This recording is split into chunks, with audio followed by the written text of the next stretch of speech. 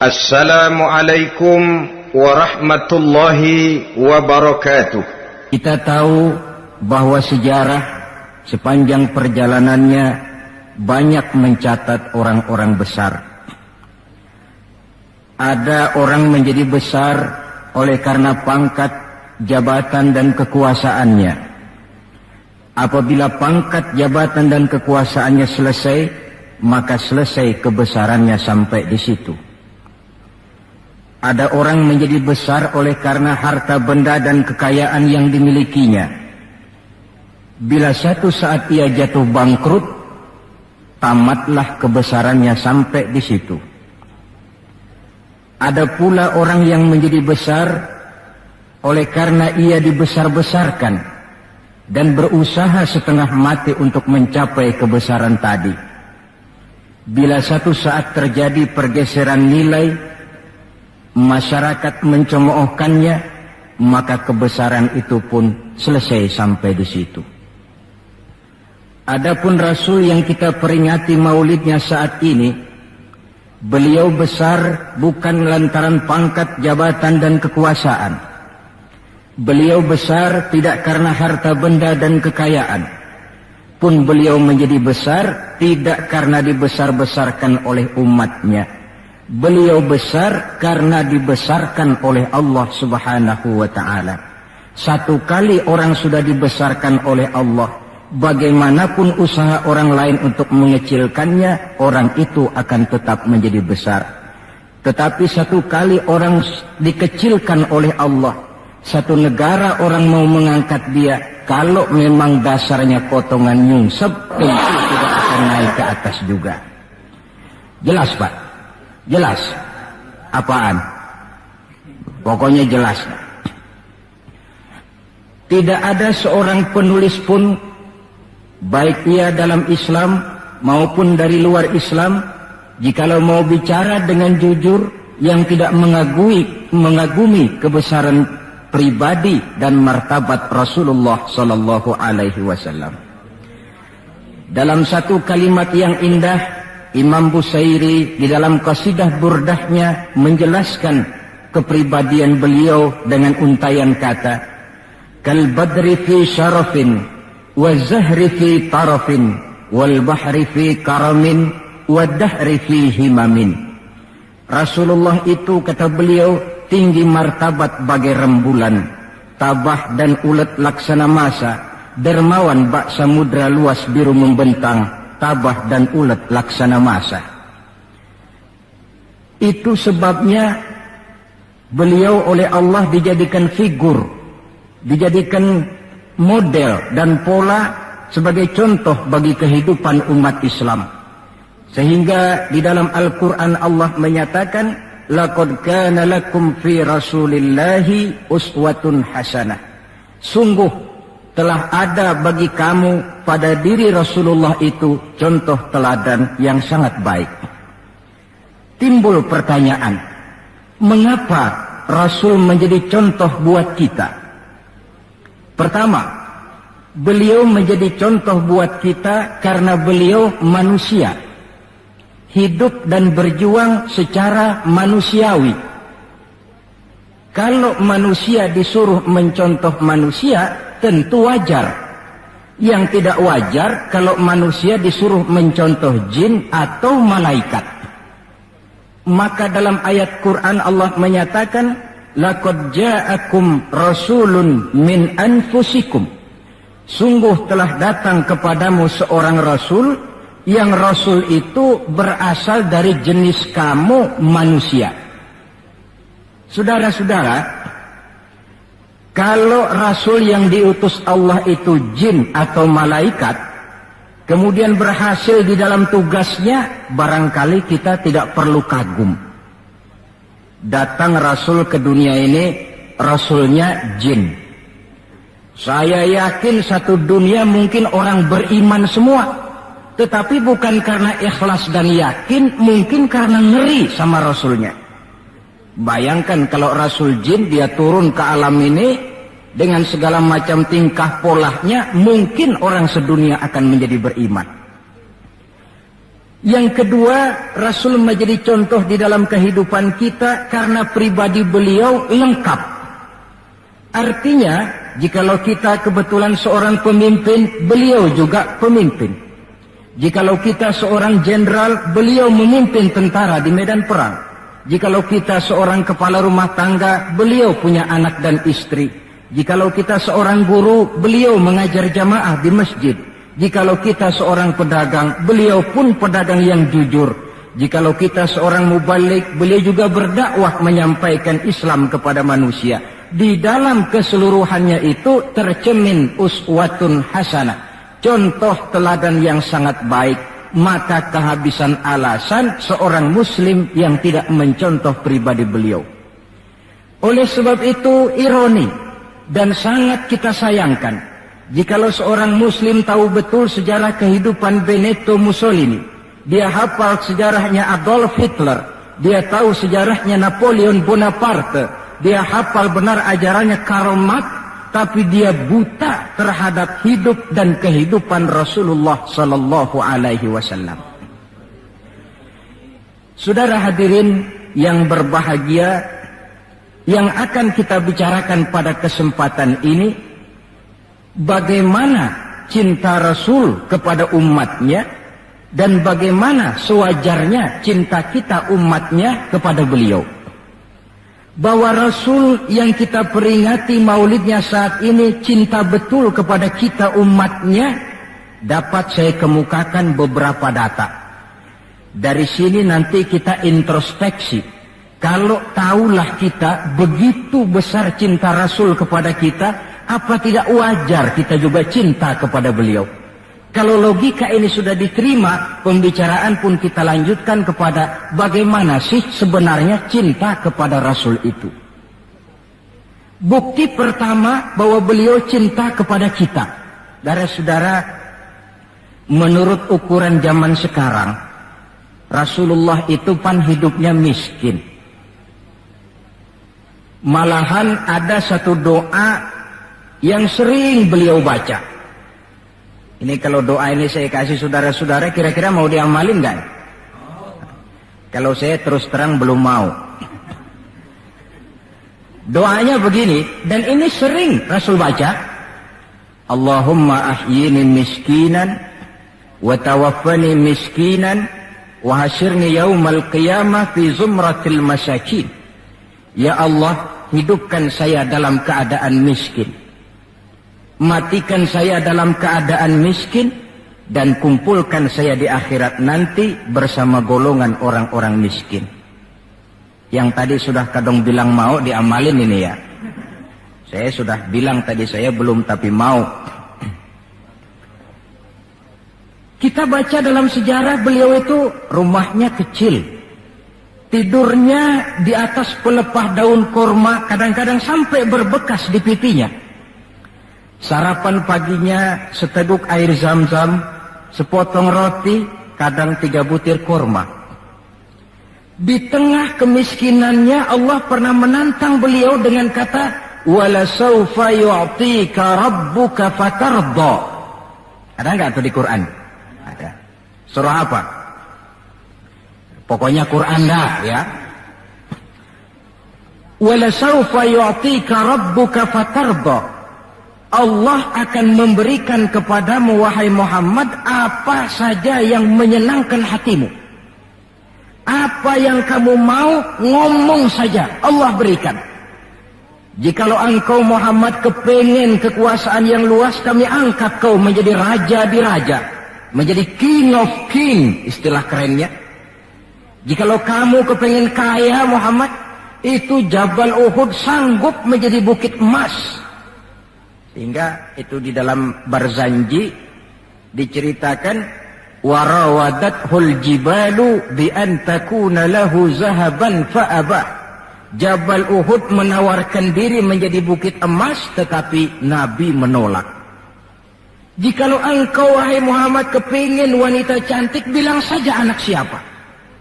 Ditawarkan semacam ini, beliau menjawab, idzan ya Rabb, la arda wa wahidun min ummati finnar. Kalau memang demikian ya Allah, apapun saja yang diberikan kepada saya, berikanlah saya kekuasaan yang luas, berikan saya emas sebesar Jabal Uhud, berikan saya kekayaan yang tak ternilai sekalipun, seluruhnya tidak akan sanggup menyenangkan hati saya selama saya dengar masih ada satu saja umat saya yang masuk ke dalam neraka. Ternyata di tengah kemiskinannya, tawaran harta tidak menggiurkan beliau. Tawaran kekuasaan tidak menggiurkan beliau. Yang difikirkan siang malam adalah keselamatan kita umatnya ini. Cuma kadang-kadang kita umatnya yang dipikirin ini seperti pepatah, ada itu pepatah Prancis, balung-balung langka dagingnya, ditulung-tulung langka elinge.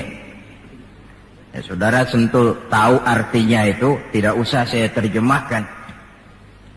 Bukti pertama. Bukti yang kedua, ketika turun perintah hijrah, ketika itu posisi umat Islam di Mekah sudah sangat terpepet. Sebagian sahabat sudah mengusulkan kita hijrah saja ya Rasul. Kata Rasul, sabar mas. Hijrah sih hijrah, tapi ini komando belum turun. Sebab kita tahu kebijaksanaan apapun yang beliau ambil tentu menunggu wahyu. Wa ma yantiqu 'anil hawa in huwa illa wahyu yuha. Nah, lantas ketika benar-benar turun itu perintah hijrah, beliau pidato di depan para sahabat, saudara-saudara, perintah hijrah sudah turun. Berangkatlah tuan-tuan lebih dulu ke Madinah. Lalu anda sendiri kapan ya Rasul? Saya belakangan. Kenapa mesti belakangan? Tuan-tuan harus tahu, yang dicari, yang dikejar-kejar, yang diancam akan dibunuh itu saya. Jikalau kita hijrah bersama-sama ke Madinah, kita akan dikejar-kejar terus. Tapi kalau tuan-tuan berangkat lebih dulu ke Madinah, sementara saya tetap berada di kota Mekah ini, tuan-tuan akan sampai ke kota Mekah dengan tenang dan selamat, sebab saya yang mereka cari masih tetap berada di kota Mekah. Keadaan begitu kritis, tapi umatnya dulu disuruh hijrah, beliau bertinggal di kota Mekah menghadang mara bahaya. Ini rupanya pemimpin lebih mementingkan keselamatan orang yang dipimpinnya daripada keselamatan dirinya sendiri. Enggak mentang-mentang turun perintah hijrah terus ngepak koper, udah ya gue duluan. Tidak, umatnya yang disuruh berangkat dulu, keselamatan umatnya yang dipikirkan, cintanya kepada umatnya. Bukti yang ketiga, saudara-saudara, bahwa Rasul cinta kepada kita. Dikala beliau akan datang ajal, hari Senin tanggal 12 Rabiul Awal seperti hari kelahirannya. Dikala itu sakit beliau sudah agak payah. Datang waktu subuh di Madinah ini, Bilal pun azan di masjid. Selesai azan, sebagian sahabat melakukan sholat sunnah qobliyah, lalu menunggu kedatangan baginda Rasul sallallahu alaihi wasallam untuk mengimami sholat subuh. Lantaran ditunggu lama tidak datang, akhirnya Bilal diutus menjemput baginda Rasul. Ketika sampai di rumah, beliau berkata, Bilal, sakitku sudah agak payah ini. Rasa-rasanya tak kuat lagi aku jadi imam. Kau kembalilah ke masjid, sampaikan ini kepada semua sahabat dan minta kesediaan Abu Bakar menjadi imam. Bilal dengan muka sedih dan air mata berurai membasahi pipi, berangkatlah ke masjid. Saudara-saudara, baginda Rasul sudah tidak kuat lagi mengimami sholat. Beliau perintah Abu Bakar untuk menjadi imam. Kata Abu Bakar, saya tidak mau jadi imam kalau baginda Rasul masih hidup. Ini termasuk akhlak, etika para sahabat. Akhirnya satu masjid nangis semua. Sholat subuh belum nangis. Sampai tangisan itu kedengaran ke rumah Nabi. Beliau berkata kepada putrinya Fatimah, coba kau lihat kenapa orang di masjid nangis. Setelah Fatimah kembali lapor, Abah, mereka sedih karena sadar bahwa saat berpisah sudah hampir datang. Kalau begitu, suruhlah Bilal kemari. Datang Bilal, dipapah Rasul berangkat juga ke masjid mengimami sholat. Sholatnya ringkas karena beliau sakit. Dan memang beliau juga mengajarkan, idza amma ahadukumun nas falyukhaffif. Kalau kamu jadi imam, ringankan sholatmu. Kalau jadi imam jangan panjang-panjang. Sebab apa? Di belakang kamu yang jadi makmum itu orangnya tidak sama semua. Ada orang tua yang diri saja sudah payah. Ada orang yang punya penyakit darah tinggi, kalau sujud kelamaan kepalanya ngebet. Ada yang habis sholat janji mau terima duit, kakinya sudah gatal kepengen pulang. Kalau jadi imam jangan lama-lama, kata Rasul. Tetapi kalau kamu sholat sendirian, falyutawil masya'a, persilahkan sepanjang yang menurut kamu mau. Jangan mentang-mentang sudah dipilih jadi imam, overacting. Jadi imam sholat isya, rakaat pertama selesai Fatihah, surah Baqarah. Rakaat kedua selesai Fatihah, surah Yasin. Namanya makmum, tidak punya alternatif, tidak punya pilihan, ikut sih ikut, tapi kan hatinya kan ngedumel. Paling sekali ini doang dah gua sembahyang di sini. Besok nggak bakalan gua balik lagi. Kenapa? Imam nggak tahu diri. Jadi bahasa lain, kalau dalam bahasa sosial ini, imam harus ngerti aspirasi makmum.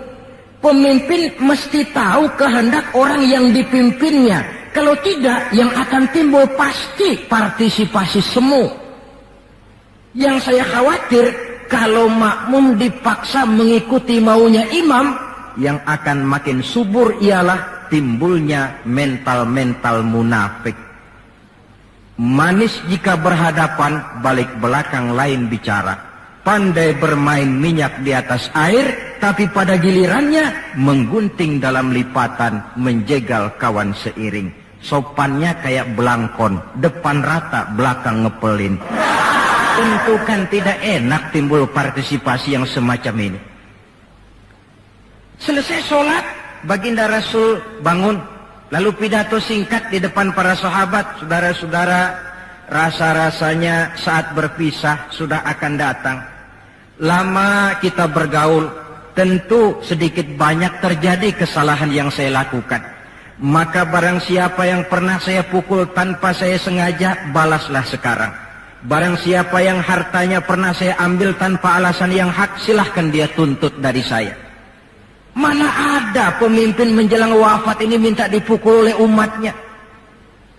Hening suasana, sahabat terfekur semua, berurai air mata. Di dalam keheningan yang demikian rupa, tiba-tiba seorang sahabat bangkit. Saya ya Rasul. Ada apa? Sahabat itu namanya Sawad. Sesuai dengan namanya, orangnya rada hitam. Ya Rasul, dalam satu peperangan, Tuan mau mecut onta. Tuan sih mungkin gak lihat bahwa saya di belakang onta itu. Saya kena pecut. Jadi bagaimana? Ya saya nuntut balas dong.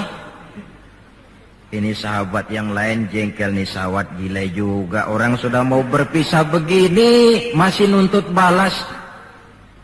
Baik Sawad, Umar tolong ambilkan cambuk. Sayyidina Umar sambil nyerahin cambuk. Sawad, kalau bahasa kita buat talangin aja dah. Gak usah Rasul, saya saja yang kau cambuk. Kata Nabi Umar, biar dia kena cambuk saya, biar dia balas saya. Silakan Sawad. Ya Rasul, apa lagi? Waktu saya kena cambuk Tuan, saya nggak pakai baju. Jadi biar seri dong. Tuan juga bukalah baju Tuan. Baik, Rasul buka bajunya. Ketika baju sudah dibuka, Sawad buang cambuk itu. Dia berlari merangkul badan Rasul seerat-eratnya. Sampai sebagian sahabat makin bingung. Ini apa maunya Sawad? Ya Rasulullah, saya tahu sebentar lagi kita akan berpisah. Saya tidak tahu apa di akhirat nanti kita bisa kumpul. Kalau saya untung masuk surga, mungkin kelas saya di surga lain dengan kelas Tuhan. Itu kalau saya ke surga. Kalau saya nggak ke surga, sudah terang kita nggak akan ketemu. Maka sebelum saya berpisah dengan Tuhan, saya kepengen kulit badan saya yang hina ini bersentuhan dengan kulit badan Tuhan yang mulia. Kalau saya nggak akal-akalin begitu, Tuhan nggak bakalan buka baju katanya. Oh, rupanya itu yang dimaui sawat. Sehingga Rasul dalam keharuannya beliau berkata, siapa yang ingin melihat contoh salah seorang penduduk sorga, lihatlah sawat ini, karena dia cinta benar kepada saya.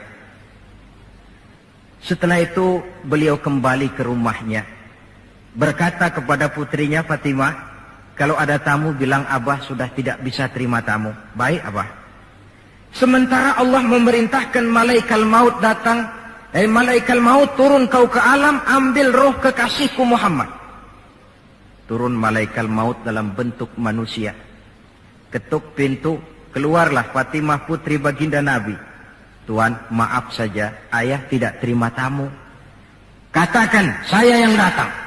Melihat roman muka orang ini, Fatimah gemetar seluruh badannya, lalu kembali kepada ayahnya, ayah, ada tamu. Saya bilang ayah tidak terima tamu.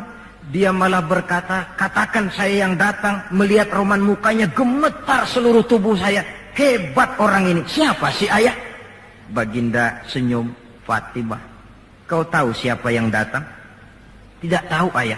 Yang datang itu Fat, hadimul lazat wa qati'us syahawat.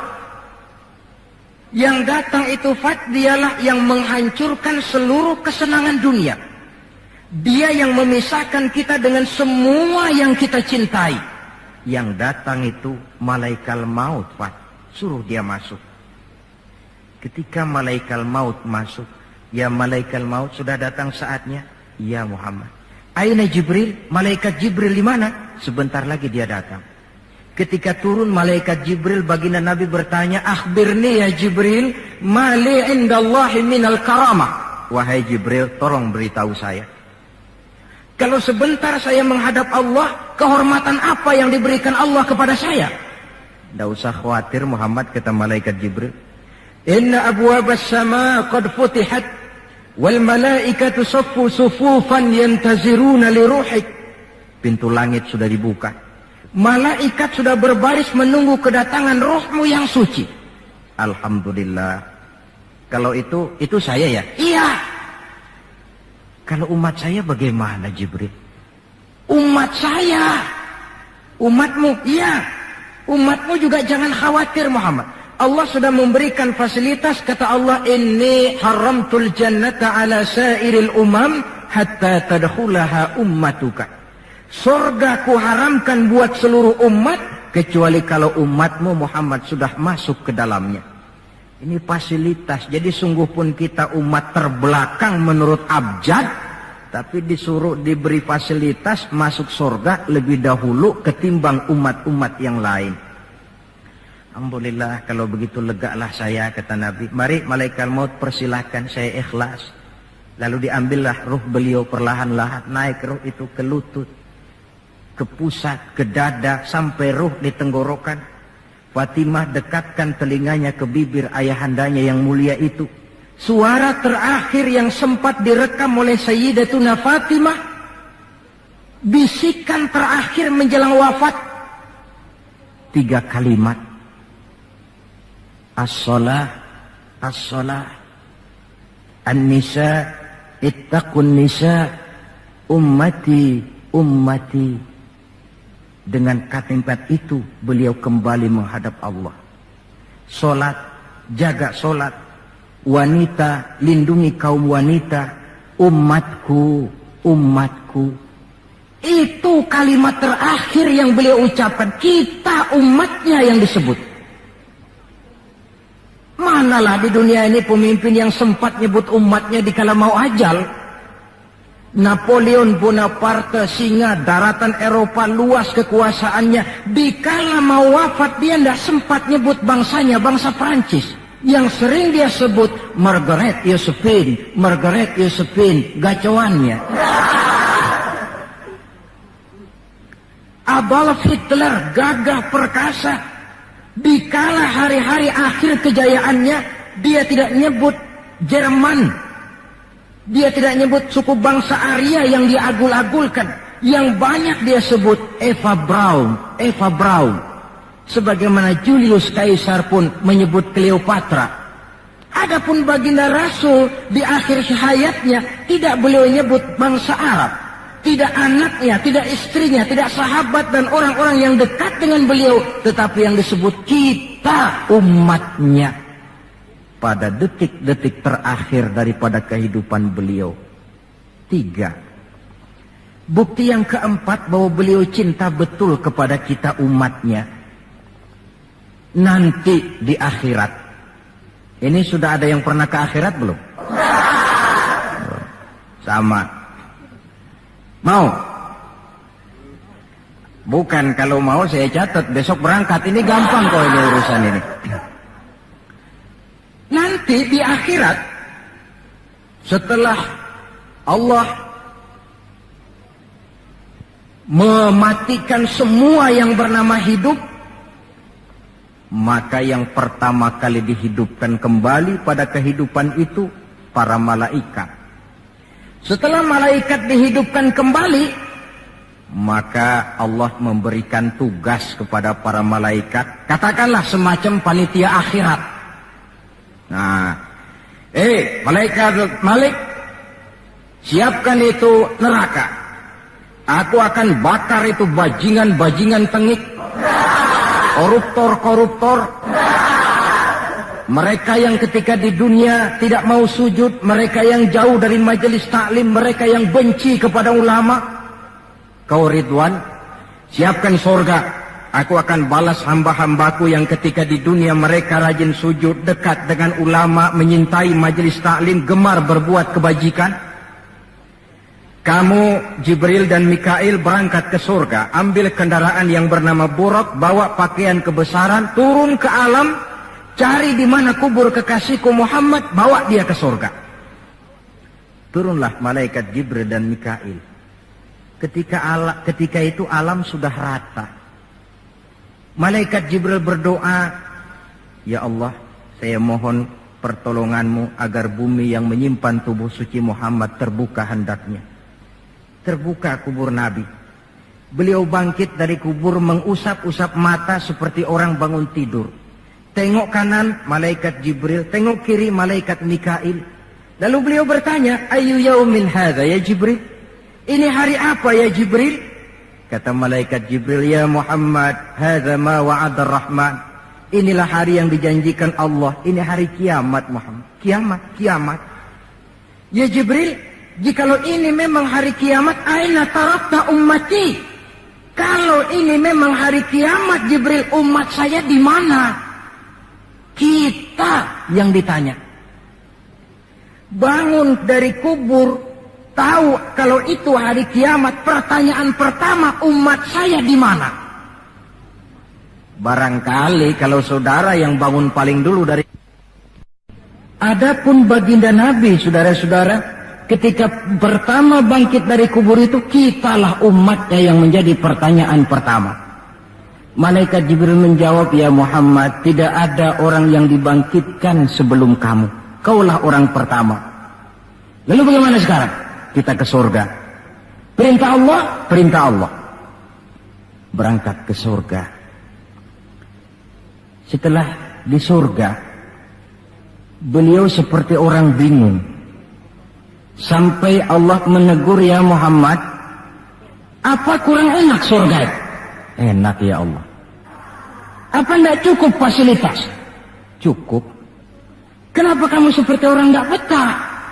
Saya mikir umat saya ya Allah. Iya, saya sudah enak-enak duduk di kursi empuk. Umat saya bagaimana umat saya? Jadi mau kamu bagaimana? Saya minta izin ya Allah, mau keluar dulu, mau tengok saya punya umat. Sudah di surga permisi keluar mau tengokin umatnya. Dikala kita umatnya lewat di atas sirat, beliau angkat kedua tangan seraya berdoa, Allahumma sallim, sallim. Ya Allah, selamatkan umatku yang sedang lewat di atas sirat, selamatkan ya Allah. Dari dunia sampai akhirat beliau cinta kepada kita. Dari dunia sampai akhirat beliau bela kita. Betapa pemimpin semacam ini tidak kita cintai. Masalahnya sekarang, kalau kita sudah sependapat bahwa kita juga cinta kepada Rasul, apa sih artinya cinta kepada Rasul itu? Hadirin, pertama, man ahabba syai'an aktsara min dzikrihi. Siapa yang cinta sesuatu, dia tentu banyak menyebut yang dia cintai. Ini tandanya orang cinta, banyak nyebutin. Kalau saudara cinta kepada harta, tentu kalau ngobrol yang banyak saudara sebutin harta. Kalau saudara lagi ngobjek tanah, seneng cinta sama tanah, asal ngobrol di warung mesti tanah yang dimeterin. Walaupun tanah orang. Kalau saudara kebetulan sedang jatuh cinta kepada seorang perempuan, bahkan dalam tidur pun kebawa-bawa namanya saudara sebut. Orang yang cinta sesuatu, dia banyak menyebut yang dia cintai. Cinta kepada Nabi, banyak menyebut Nabi. Menyebut Nabi apa lalu? Muhammad, Muhammad, Muhammad, Muhammad. Tentu bukan. Sebab kita tahu dalam kehidupan sehari-hari saja kita punya tata krama. Gubernur lewat, tentu tidak berani kita secara langsung menyebut namanya. Mesti kita berkata, itu ada Bapak Gubernur lewat. Kita sebutlah predikatnya. Itu ada Bapak Menteri lewat. Itu kepada pejabat. Entahlah pula kepada seorang junjungan alam. Banyak menyebut Nabi artinya banyak membaca sholawat kepada beliau. Sekurang-kurangnya Allahumma sholli ala Sayyidina Muhammad wa ala ali Sayyidina Muhammad. Satu. Yang kedua, orang yang cinta kepada sesuatu biasanya menjaga, memelihara warisannya. Kita punya orang tua meninggal dunia, ada warisannya, tentu kita jaga sebaik-baiknya. Sudahlah nggak bisa nambahin, sekurang-kurangnya nggak jualin melulu.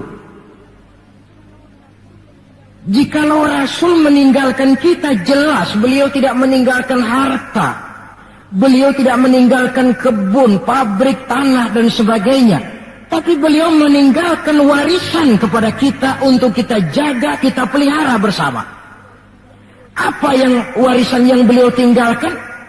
Prinsipnya 3.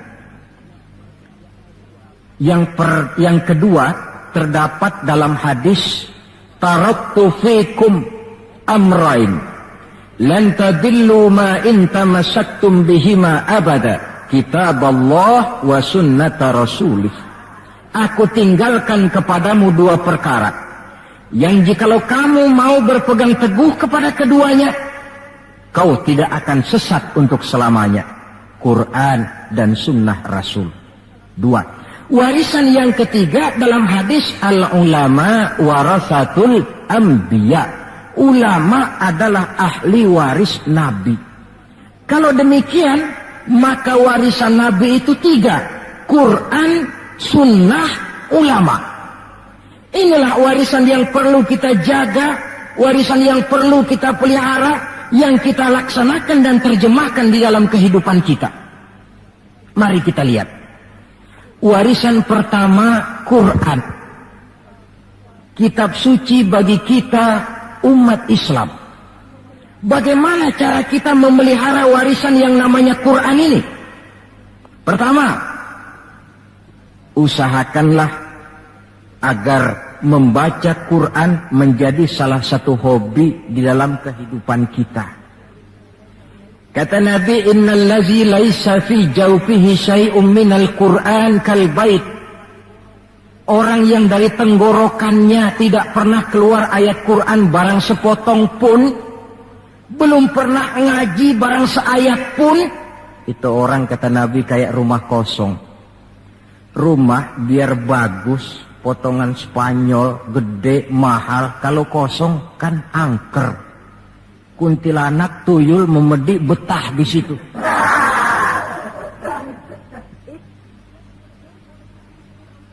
Dan oleh karena Quran ini produk Allah, dibaca dalam segala keadaan pantas. Di gubuk reot di pinggir kali ada orang baca Quran, pantas. Di rumah mewah ada yang baca Quran, cocok. Kemudian orang sedih baca Quran, terhibur. Orang gembira baca Quran, tidak menjadi lupa diri. Di istana ada yang baca Quran, pantas. Di depan kubur ada yang baca Quran, pantas. Orang kawin dibacakan Quran, bagus. Orang mati dibacakan Quran juga cocok. Lantaran dia produk Allah. Setelah membacanya, lalu meningkatkan kepada tahapan yang kedua.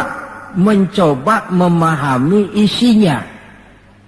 Lewat segala kesempatan yang memang mungkin.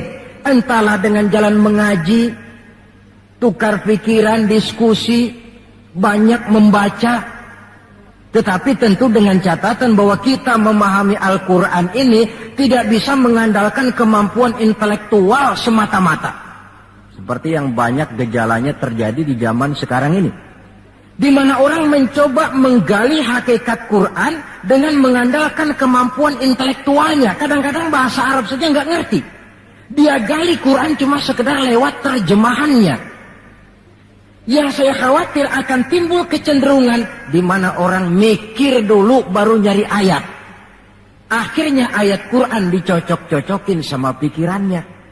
Bukan ada ayat dipikirin, tapi malah mikir dulu baru mencari ayat. Saudara hadirin, munculnya pesantren-pesantren kilat dalam upaya memahami Islam. Secara pribadi saya bersyukur, merasa gembira, tetapi yang saya sayangkan jikalau dengan pesantren kilat itu lalu merasa bahwa diri sudah cukup. Setelah nyantren 1 minggu pesantren kilat, keluar pesantren sudah kayak pendekar. Ulama anu salah, kiai anu nggak bener, ustadz anu salah, semua ulama-ulama salah. Baru nyantren seminggu sudah semuanya salah. Lebih celaka lagi kalau nanti upaya memahami Islamnya, ini dalam bahasa sosialnya disebut frame of reference, seperti orang buta kenal gajah. Yang mati-matian mempertahankan teori bahwa gajah itu tipis dan lebar seperti kipas, cuma karena kebetulan yang dia pegang baru sekedar telinga gajah. Maka upaya memahami Al-Quran tidak bisa dilepaskan kaitannya dengan bantuan orang yang ahli di bidang itu. Barangkali sudah banyak terjemahan Quran di dalam bahasa Belanda, bahasa Inggris, apalagi bahasa Indonesia, yang agak sulit sekarang mencari terjemahan Quran di dalam kehidupan kita. Saya sering ambil contoh ringan, umpamanya nih sensus versi saya. Konon kabarnya, menurut kata yang empunya cerita, penduduk Indonesia ini 90% beragama Islam, betul kan? Nah. Kalau saya numpang tanya, dari jumlah 90% ini, berapa persen yang bisa baca Quran? Kira-kira ada nggak separuhnya? Rasanya nggak ada.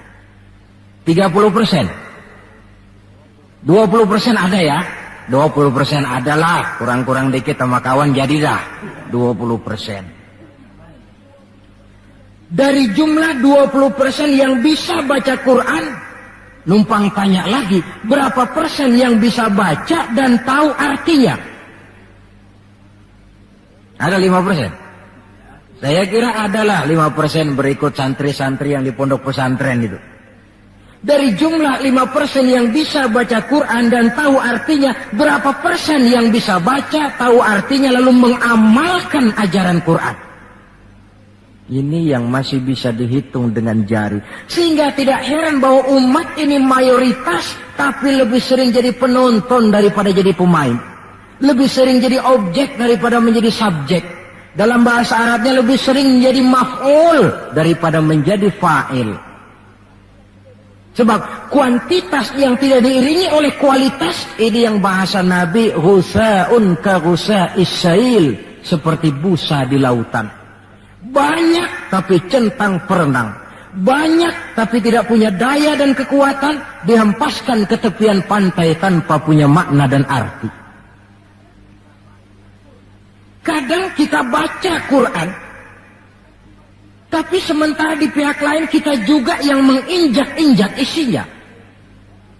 Kita baca ayat, wa ahallallahu al-bai'a wa harramar riba. Allah halalkan jual beli, Allah haramkan riba, tapi renten ditelan terus.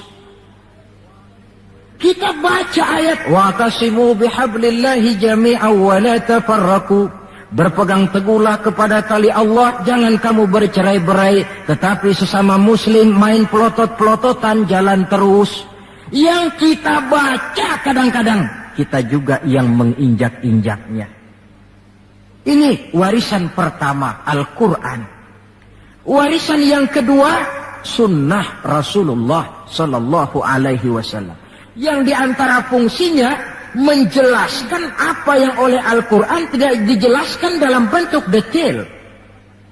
Quran misalnya cuma mengatakan aqimis sholat, dirikan sholat. Bagaimana cara sholat? Tidak ada dalam Quran. Bahwa sholat mesti takbiratul ihram, mesti tahiyat, mesti ruku duduk di antara dua sujud. Tidak ada dalam Quran. Yang menjelaskan itu semua sunnah. Quran cuma menjelaskan wa atimul hajja wal umrata lillah, laksanakan haji dan umrah karena Allah. Bagaimana manasik haji, bagaimana jumrah, bagaimana tawaf, bagaimana sa'i, tidak ada dalam Quran. Sunnah menjelaskan semua itu. Nah, untuk memahami Quran dan sunnah, jalan apa yang kita tempuh? Jalan melalui warisan yang ketiga, yaitu para ulama. Diakui atau tidak, kita hutang jasa kepada para ulama yang dengan tekun dari musola ke musola, dari pesantren ke pesantren, dari pengajian ke pengajian, membimbing, menjaga dan memelihara umat ini. Mereka tidak digaji, mereka pun tidak mendapat beras, hidup pun kadang-kadang miskin, tapi lantaran panggilan moral menjaga, memelihara, membentengi akidah umat ini. Bersyukur kita bangsa Indonesia punya ulama dan punya umara. Kedua-duanya penting, kedua-duanya berjasa, kedua-duanya membangun. Tidak ada yang satu lebih penting dari yang lain. Cuma bidang pembangunannya saja yang lain-lain. Orang kadang-kadang usil, Pan. Apaan ulama katanya, kerjanya ngomong doang. Sekarang kan zaman pembangunan perlu karya nyata. Mana ada kiai bangun jembatan? Ngomong aja. Ini saya pikir orang bicara begini ini nggak ngerti masalah. Bukankah asas manajemen yang modern saja mengajarkan the right man on the right job, the right man on the right place, bahwa orang harus ditempatkan sesuai dengan proporsinya. Nah, kalau kiai disuruh bangun jembatan, apa Pak Lurahnya mau ngajar tafsir? Setiap kita membangun, cuma bidang pembangunan kita yang berbeda-beda. Dan kenyataan makin menunjukkan kepada kita, saudara-saudara, sekarang ini yang namanya ulama, maaf-maaflah, sudah merupakan jenis makhluk langka. Malahan barangkali sudah termasuk jenis makhluk yang harus dilindungi dari kepunahan ini. Dan mencetak sarjana lebih gampang ketimbang mencetak kiai. Saudara mau jadi sarjana, taruh sekolah 22 tahun dah, udah campur nggak naik itu. Ya cobalah kalau TK 1 tahun, TK 1 tahun, SD 6 tahun, PAN 7 tahun, SMP 3 tahun, 10 tahun, SMA 3 tahun, 13 tahun, kuliahlah 5 tahun, 18 tahun, cadangan nggak naik lah 4 tahun. Masa dicadangin nggak 4 tahun nggak selesai, sarjana tinggal pilih.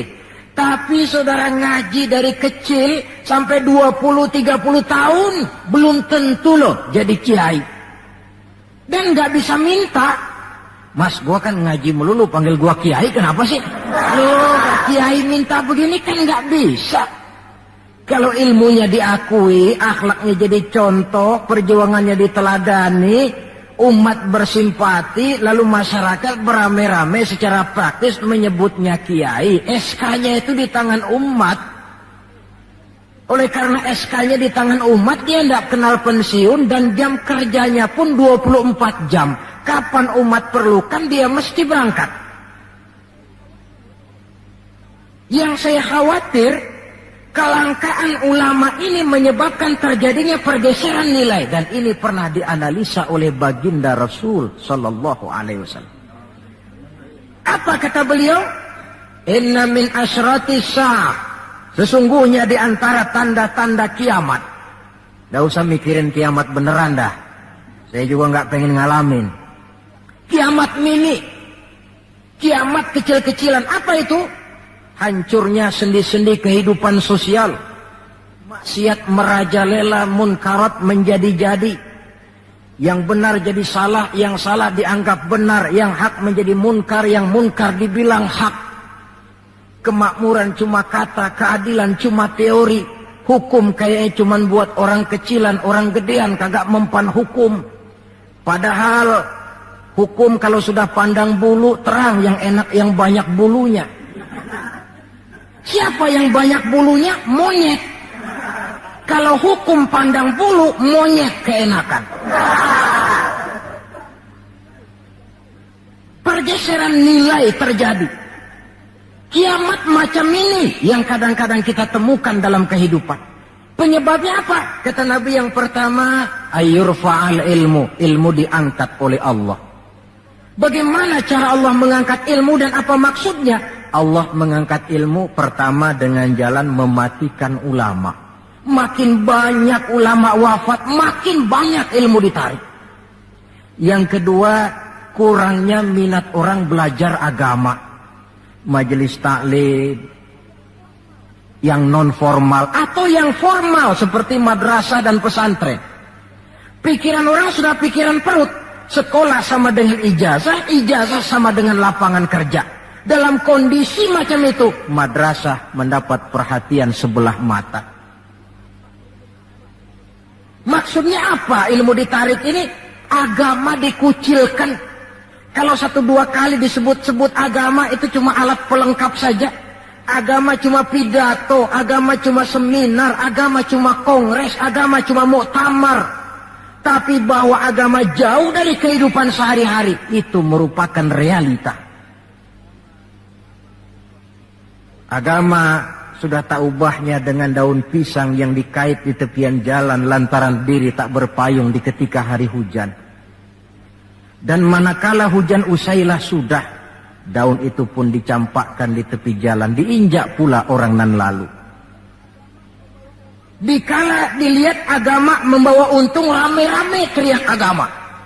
Coba lihat tahun 65 begitu PKI meletus, wah rame-rame, banyak mobil-mobil mewah parkir di masjid. Begitu keadaan aman, cuman sepeda butut yang ketinggalan di depan masjid. Ini yang Allah jelaskan watak begini ini. Kullama adha'a lahum masyaw fih wa idza azlama alaihim qamu. Mentalitas munafik. Waktu terang mereka berangkat, waktu gelap mereka mandek. Ketika di Islam dilihat ada untungnya, rame-rame teriak Islam. Asal ada untungnya, Pak, saya Islam Pak, KTP saya aja Islam. Waktu ada untungnya. Tapi ketika diminta berjuang, dituntut berkorban, yang lain dulu dah, yang lain dulu. Nah, kalau ilmu sudah ditarik, timbul ekses berikutnya. Apa kata Nabi? Wa yuzharul jahlu, nampak kebodohan di mana-mana. Lantaran ulama tidak ada yang menjelaskan halal haram, hak batil, ma'ruf munkar, tidak ada. Orang hidup menurut seleranya, timbul permissive society. Terjadi pergeseran nilai. Akibatnya kata Nabi, wa yafshu zina wa yushrabal khamr. Maka zina pun dikerjakan terang-terangan. Arak jadi minuman kebanggaan. Sebagian anak muda belum bangga kalau belum bisa mabok. Yang nggak mabok dianggap kolot, kampungan loh. Bikin malu baru kena segelas sejodoh miring. Cengeng. Teman kita hebat sampai nyungsep di comberan. Yang nyungsep hebat. Terjadi pergeseran nilai. Lantaran apa? Ilmu ditarik, ulama banyak wafat, minat orang belajar agama berkurang. Maka sekali lagi bersyukurlah kita, bangsa Indonesia, punya ulama dan punya umarok. 3 warisan Nabi yang perlu kita pelihara jikalau kita cinta kepada beliau. Quran, sunnah, dan ulama. Kemudian yang terakhir, orang yang cinta sesuatu, tentu dia mengikuti, mencontoh yang dia cintai. Jikalau kita cinta kepada baginda Nabi, sekurang-kurangnya kita mencontoh pola kehidupan beliau. Saudara remaja cinta kepada Michael Jackson, umpamanya. Tentu lalu timbul gairah nyontoh. Ini Michael Jackson bajunya potongannya bagaimana? Bikin. Kacamatanya model bagaimana? Beli. Rambutnya bagaimana? Oh, sebelah cukur, sebelah enggak. Bikin. Pokoknya pantas enggak pantas, nyontoh. Orang yang cinta sesuatu, dia contoh yang dia cintai. Jikalau kita cinta kepada baginda Nabi, pola kehidupan beliau pun kita perlu mencontohnya. Apa yang terpenting dalam kehidupan ini untuk kita jadikan contoh? 2 hal saja. Pertama, akhlak, dan yang kedua, ibadah. Kita tahu akhlak beliau bukan cuma manusia, Allah yang puji. Wa innaka la'ala khuluqin azim. Engkau wahai Muhammad benar-benar berada di atas budi pekerti yang sangat luhur. Kalau Allah saja sudah memuji, apalah artinya pujian kita manusia ini? Allah saja memuji beliau, apalah artinya pujian kita ini? Tidak cuma teman, lawan pun mengagumi ketinggian akhlaknya. Kalau orang berakhlak kepada teman barangkali masih wajar. Tapi berakhlak kepada musuh, ini yang tidak semua orang bisa. Pernah selesai sholat zuhur, beliau tidur di bawah pohon korma. Datang orang kafir namanya Daksur menghunus pedang. Muhammad, kemarin banyak temanmu, boleh jadi kau bertingkah. Sekarang kau sendiri, kalau saya tebas batang lehermu, siapa yang akan tolong kamu? Dengan tenang beliau menjawab, Allah yang akan menolong saya. Kalimat Allah kalau diucapkan oleh orang yang jiwanya bersih, pengaruhnya lain. Daksur gemetar seluruh badannya mendengar kalimat Allah. Keringat dingin bercucuran sampai tangan licin, pedang terlepas. Jatuh pedang itu, diambil oleh Nabi. Kalau sekarang aku yang tebas batang lehermu Daksur, siapa yang akan tolong kamu? Dalam gemetar dia bilang, enggak ada ya Rasul, kecuali kalau Anda mau memaafkan saya, maafin ya. Nabi menyerahkan pedang, bawa pulanglah kembali ke rumahmu. Jangan ulangi lagi perbuatan macam ini. Begitu mudah beliau memaafkan orang yang nyata-nyata mau menghabiskan nyawanya. Kita kadang persoalan yang sedikit saja marah suka berlaku perpanjangan waktu. Enggak cukup perpanjangan waktu, bisa ditambah perpanjangan generasi. Gara-gara jengkel sama bapaknya, anaknya kagak boleh main. Lu jangan main ke rumah temen lu si Pulan, kenapa? Gue lagi kesel sama bapaknya. Kesel sama bapaknya, anak gak boleh main. Ini kan sudah ditambah oleh perpanjangan generasi namanya. Banyak contoh yang diceritakan dalam sejarah mengenai ketinggian akhlak beliau. Tidak cuma kepada teman, tetapi kepada musuh-musuhnya sekalipun beliau mempunyai akhlak yang sangat luhur. Dan akhlak inilah penilaian orang di dalam kehidupan kita. Seorang rendah yang akhlaknya tinggi jauh lebih baik daripada seorang besar dan tinggi, dalam arti entah jabatan, harta, kekuasaannya, tetapi berakhlak dan bermoral rendah. Dan jangan lupa, kehancuran suatu bangsa selalu dimulai dengan kehancuran moral daripada bangsa itu sendiri. Kita cukup prihatin yang hidup di abad 20 ini, insya Allah lah kita nggak akan mengalami banjir sebesar banjirnya Nabi Nuh. Tapi Tapi banjir abad ini polanya lain. Banjir maksiat dan munkarat. Banjirnya peradaban dan kebudayaan yang menghancurkan moral anak-anak kita. Banjirnya paham-paham yang menghancurkan, sekurang-kurangnya mendangkalkan kita punya akidah.